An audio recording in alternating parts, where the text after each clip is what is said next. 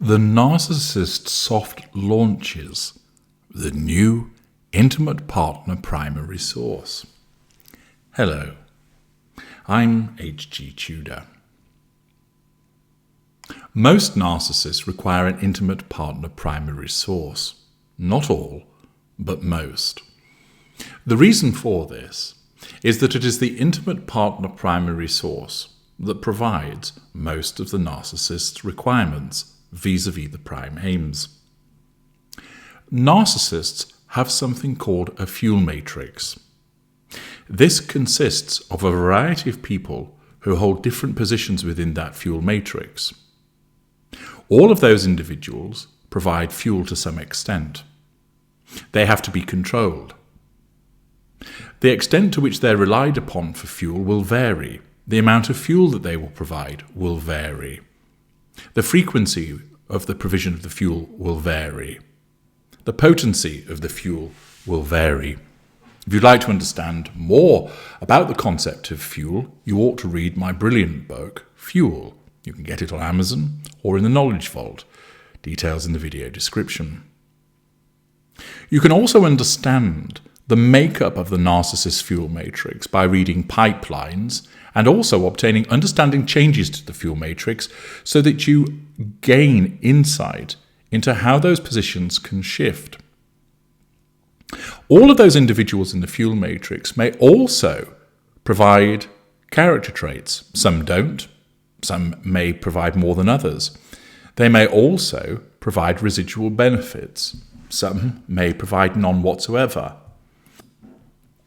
Some individuals may provide extensive residual benefits. But the reason why the intimate partner primary source is selected to hold that coveted position of intimate partner primary source is because that is the person who is deemed easiest to control, who also provides lots of fuel, who also provides character traits and residual benefits. It might be the case that somebody provides plenty of fuel but is difficult to control, so they might be kept as an intimate partner secondary source. It could be that someone's really easy to control, but their fuel output isn't that good, nor are their character traits or residual benefits. So they could stay as a tertiary source or maybe a non-intimate secondary source. The way to look at it is that with regard to your grocery requirements, you're more inclined to go and get them all in one place at a supermarket rather than draw them from lots of different independent shops because, quite frankly, it's easier. And as I've explained on many occasions, the narcissism wants an easy ride. It wants economy of effort with the maximum return. And that's why the intimate partner primary source exists. The intimate partner primary source starts life as a tertiary or secondary source, becomes intimate, and if they are deemed, following a period of time as the candidate intimate partner secondary source, they become that primary source and they're embedded. Embedding can take the form of being declared boyfriend or girlfriend and seeing one another regularly, or moving in together, or getting married, or getting engaged. The fact is, the intimate partner primary source is hugely important to the narcissist. And that's why the narcissism compels the narcissist to invariably utilize love bombing, to get this person under control as quickly as possible, to give them a dazzling golden period, and then embed them. In some instances, people have noticed that there is this necessity of introducing the intimate partner primary source to the world. Now, naturally, when you enter a new relationship, let's say that it's not with a narcissist, we'll put that to one side for the moment, you might tell a few of your close friends that you've started sort of seeing somebody. You may, as things become more certain, decide to introduce them to your family and to those friends. You may make mention of it to colleagues. You may start referencing the fact that you're seeing somebody in your social media posts. For instance, perhaps putting a picture up of the two of you together going out for a meal or going on a walk, or changing a profile picture to herald the arrival of this person who's important in your life.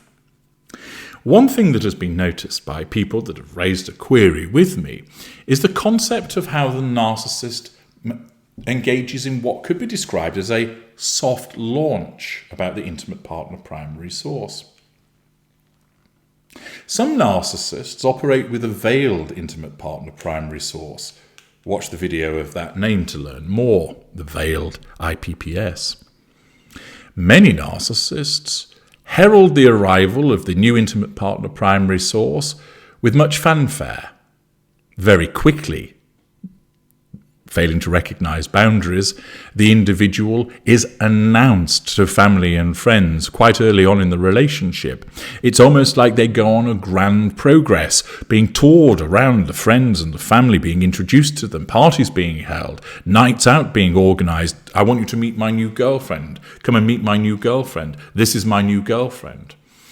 The narcissist makes sure that the world can be in no doubt that they're in a relationship, introducing them to their friends, to their family, perhaps making mention of it to a neighbour, issuing pronouncements on social media. But in other instances, there isn't all of the fanfare, and instead, what happens is that the narcissist seems to behave almost in a cryptic fashion. For instance, on social media, there'll be a picture of two hands being held, and perhaps no comment with the picture. There might be, for instance, two wine glasses on a table, one perhaps smudged with a little bit of lipstick, with the sun in the background, and perhaps the caption of enjoying an evening in the sun. There are differing ways by which the narcissist, commonly using social media, announces or hints at that there is someone special in their lives. Why is this done? Why is it that the narcissist operates almost in a subtle fashion? After all, narcissists aren't necessarily always known for their subtlety. Why is it that the narcissist is operating in this fashion to hint at the arrival of somebody, not actually showing a full photograph of who they are, not even naming them, not saying that they have a new boyfriend or girlfriend, just dropping fairly obvious hints nevertheless, but they are hints with the hand holding and perhaps a picture from behind of somebody from a distance, or perhaps a name written in the sand, partially obscured, or initials carved into a tree, vandalizing it, whatever it might be. There isn't the out-and-out proclamation that's issued by the narcissist, but rather this apparent soft launch. Is the narcissist ashamed of them? Is the narcissist perhaps hesitant of upsetting people? Well, no. Is it the case that the narcissist is doing this to provoke the former intimate partner primary source? This, of course, is commonly the complaint of the former intimate partner primary source, who, of course, is breaching no contact by looking at the narcissist's social media. They should not be doing this. But perhaps they have failed to understand they're dealing with a narcissist, or they don't fully understand what no contact means, or they are just being driven by their emotional thinking to go and look. They see these cryptic messages or photographs, and they immediately think, this is being done to wind me up. In most instances, the answer is no, it's not, because you're not even on the radar of the narcissist. You don't exist any longer. They're focused on the new person. That's who matters. The reason why the narcissist engages in this soft launch is basically to generate attention, i.e. fuel. It's done to say to people, nudge, nudge, wink, wink, I've got a little bit of a secret here, but I want you to know that I've got a secret so that you come and ask me about this secret. By withholding information, this allows the narcissist to exercise power, which, as you know, is a manifestation of control. By not revealing all, but by suggesting that there is somebody new in their lives romantically, this naturally cultivates interest amongst those in the fuel matrix. Friends inquire, "Oh, so who's this then?" And the narcissist may remain silent. The The fact is, because that person has responded to the post, that has demonstrated that they're under control, and their response provides fuel. There might be speculation amongst the commentators themselves on the relevant post on social media, which of course will greatly please the narcissist, because this interest generates fuel and shows that those individuals are under control because they have responded to the cryptic post. It may necessitate people getting in contact by sending a message direct or ringing up. Come on then, what's all this then? Saw the picture of you holding hands with some woman? Have you got a new girlfriend? And the narcissist may then be inclined to provide further information, which of course elicits a further response by way of control and fuel. It might be that the narcissist is rather coy. That's for me to know and for you to find out. And they're doing this because they're enjoying wielding that power of knowledge over friends and family. They want people to know that they have a relationship because, of course, that makes them look good. The fact that somebody can essentially stand them and wants to spend time with them is seen as a plus. They want people to react to it. Of course, their narcissism demands it. And they do react because the fact of the individual not giving full disclosure as to who it is, where they've come from, the circumstances of it, proves to be intriguing, and many people are truth seekers, and therefore they are inclined to respond. The narcissism recognizes this and plays to that need for people to know, whether it's simple truth seeking or the fact that they're just inherently nosy. The fact is, it benefits the narcissist either way.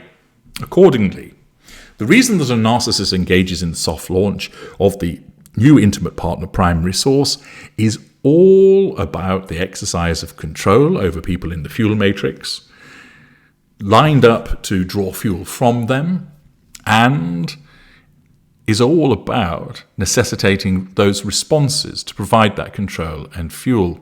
It is not done specifically to irk the former intimate partner primary source. In most of these instances, they are not of a concern to the narcissist at that juncture. They're not on the radar, and therefore they don't exist.